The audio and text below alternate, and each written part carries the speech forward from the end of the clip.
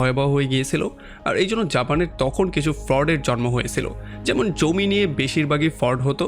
আর এই ফ্রডের মধ্যে এমন এমন কিছু গ্যাং ছিল, যেই গ্যাংগুলোর মধ্যে নেগোসিয়েটর, দালাল এবং বিভিন্ন লিগাল এক্সপার্টও থাকতো, যারা সবাই মিলে নকল দলিল বানিয়ে সেই দলিলের মাধ্যমে বিভিন্ন ক্লায়েন্ট ধরে তাদের কাছে জমিগুলো বিক্রি করে কোটি কোটি টাকা হাতিয়ে নিত।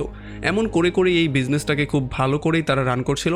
তবে 90 শতকে আসার পরে এই জিনিসটা কমার জায়গায় আরও বেশি বেড়ে গিয়েছিল, কারণ তখন রিয়েল এস্টেট বিজনেসে একটা ধুম চলে এসেছিল। আর এই জন্য ধীরে ধীরে রিয়েল এস্টেটের দাম বেড়েই যাচ্ছিল। আর এই জন্য মানুষ জমি জমা কিনতে আগ্রহী আরও বেশি হচ্ছিল। আর যখন সরকার এই ব্যাপারগুলো নোটিস করে, তখন তারা মানুষজনকে এগুলো থেকে সেভ করার জন্য আস্তে আস্তে সমস্ত কিছুকে ডিজিটাইজেশন করা শুরু করে। যেমন আইডি, দলিল এবং নানান জিনিসের মধ্যে ফিঙ্গারপ্রিন্ট বা সেন্সর লাগানো শুরু করে, যে জন্য আস্তে আস্তে করে যারা ফ্রড করতো তাদের জন্য নকল ডকুমেন্টগুলো বানানো একটু ডিফিকাল্ট হয়ে গিয়েছিল। এই জন্য জমি নিয়ে যেই ফ্রডিংগুলো হতো সেগুলো প্রায় শূন্যের কোঠায় নেমে এসেছিল। তবে তখনই একটা ভয়ঙ্কর চালাক লোক চলে আসে, যে কিনা নতুন টেকনোলজির ইউজ করে সরকারকে ধোকা দিয়ে আবারও এই ব্যবসাটাকে চালু করার সিদ্ধান্ত নেয়। আর সে নতুন করে কয়েক হাজার কোটি টাকা কামিয়ে ফেলে। আর এই লোকটার গল্পই হচ্ছে গিয়ে এই মুভির গল্পটা। আর এই লোকটার নাম হচ্ছে গিয়ে হ্যারিসন। এখন আমরা দেখতে পারি হ্যারিসন তার বন্ধুদের সঙ্গে শিকার করার জন্য জঙ্গলে চলে আসে। তবে অনেকক্ষণ ধরে খোঁজাখুঁজি করার পরেও তারা কোনো শিকার পাচ্ছিল না। এই জন্য প্রচণ্ড ক্লান্ত হয়ে তারা একটা জায়গায় বিশ্রাম নেওয়ার সিদ্ধান্ত নেয়। আর তখন তার একটা ফ্রেন্ড পি করার জন্য একটু সাইডে যায়, কিন্তু একটু পরে সে চিৎকার চেঁচামেচি করা শুরু করে।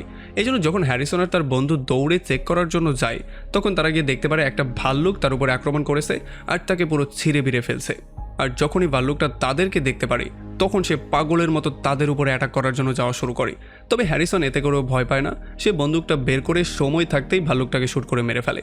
আর এই শিকারটা করার পরে তার মধ্যে এত বেশি সাহসের জন্ম নিয়েছিল, যেটা সে সারা জীবনেও ভুলতে পারেনি। আর তখন এদিকে আমরা দেখতে পারি কুমিসান এবং কুদিসানকে, যারা কিনা একটা বৃদ্ধকে ট্রেন করছিল। আসলে তারা হচ্ছে গিয়ে ভূমাফিয়ার একটা পার্ট। আর এই ভূমাফিয়ারা আসল জমির মালিকের মতো দেখতে এমন একটা লোককে খুঁজে বের করে আর তাকে নানান রকম করে ট্রেন করা শুরু করে। যেমন তার বাবার নাম, মায়ের নাম এবং তার সমস্ত ডিটেল তাকে মুখস্থ করায়, যাতে করে পরবর্তীতে কোনো ঝামেলায় তাদেরকে পড়তে না হয়।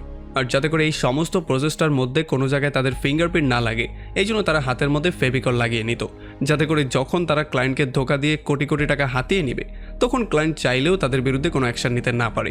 এখন সমস্ত প্ল্যান প্রোগ্রামিং করার পরে ফাইনালি তারা বেরিয়ে পড়ে ক্লায়েন্টের সঙ্গে একটা মিটিং করার জন্য। আমরা জানতে পারি এই ডিলটা হবে একটা বিশাল বড় কোম্পানি মাইক হোমের সাথে।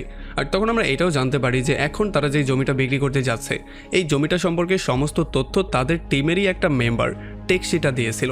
আসলে টেক্সিটা এমন কিছু জমি খুঁজে বের করে যেগুলো এমনিতেই অনেক বছর ধরে পড়ে আছে, আর পরবর্তীতে এই জমিগুলো দেখিয়েই তারা নানান রকম করে ফ্রড করে।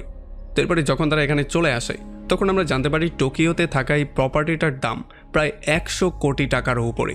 আর এই প্রপার্টির যে মালিক ছিল তার নাম ছিল সিমাজাকি, যে কিনা এখন অসুস্থ হয়ে হসপিটালে ভর্তি আছে। আর যখন তারা একটু ভালো করে চেক করে, তখন তারা দেখতে পারে এই জমির কোনো কেয়ারটেকারও নেই, মানে এই জমি দেখাশোনা করার মতো কেউ নেই। তার মানে তারা চাইলেই এই জমিটা নিয়ে কাজ করতে পারে।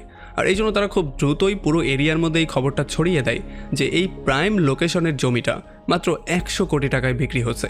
আর যখন এই খবরটা চারপাশে ছড়িয়ে পড়ে, তখন সবাই পাগলের মতো হুমড়ি খেয়ে এই জমিটা কেনার জন্য পড়ে, কারণ এই জমিটা ছিল একটা প্রাইম লোকেশনে। আর যখন মার্ক হোম দেখতে পারে যে আসলে জমিটা হাতছাড়া হয়ে যাচ্ছে, তখন তারা দ্রুত এই জমিটা কেনার জন্য ডিল সিগনেচার করে ফেলে। মাইকোম পরের সপ্তাহে তাদের দলিলে সিগনেচার করবে এবং সমস্ত টাকা পয়সাগুলো তাদেরকে বুঝিয়ে দিবে। তবে এর আগে মাইকোম প্রপার্টির মালিক শিমাজাকির সঙ্গে মিট করতে চাইছিল, তবে তারা একটা বাহানা করে এইটা বলে দেয় যে শিমাজাকি অসুস্থ, এই জন্য সে হসপিটালে আছে, সে এখন আপনার সাথে মিট করতে পারবে না। এই জন্য তারা তাকে নিয়ে আসে জমি দেখানোর জন্য। আর এখানে যাতে করে কারো কোনো সন্দেহ না হয়, এই জন্য তারা আগের টালাটাকে বদলে একটা পুরনো টালা লাগিয়েছিল, যাতে করে দেখে মনে হয় যে এটা অনেক দিন ধরেই পড়ে আছে। আর তারা জমি দেখিয়ে মাইকোমকে খুশিও করে দেয়। আর তখন অন্যদিকে আমরা দেখতে পারি তাদের টিমের রেকু নামের অন্য একটা মেম্বার শিমাজাকির নতুন একটা ডুপ্লিকেট কপি খুঁজে বের করার ট্রাই করছিল। আর ফাইনালি তারা একটা ডুপ্লিকেট কপি পেয়েও গিয়েছিল। আর তাকে সমস্ত ব্যাপারগুলো মুখস্থ করানোর দায়িত্ব সে নিয়েছিল, মানে তার নাম, তার বাবার নাম ইত্যাদি ইত্যাদি। আসলে হ্যারিসনের এই পুরো টিমটার মধ্যে হ্যারিসনকে বাদ দিয়েও আরও 5 জন মেম্বার ছিল। প্রথমে গোডোসন ছিল, যে কিনা ছিল লিগ্যাল অ্যাডভাইজার, আর টাকুমিসন ছিল ডুপ্লিকেট কাগজপত্র বানাতে পুরোপুরি এক্সপার্ট।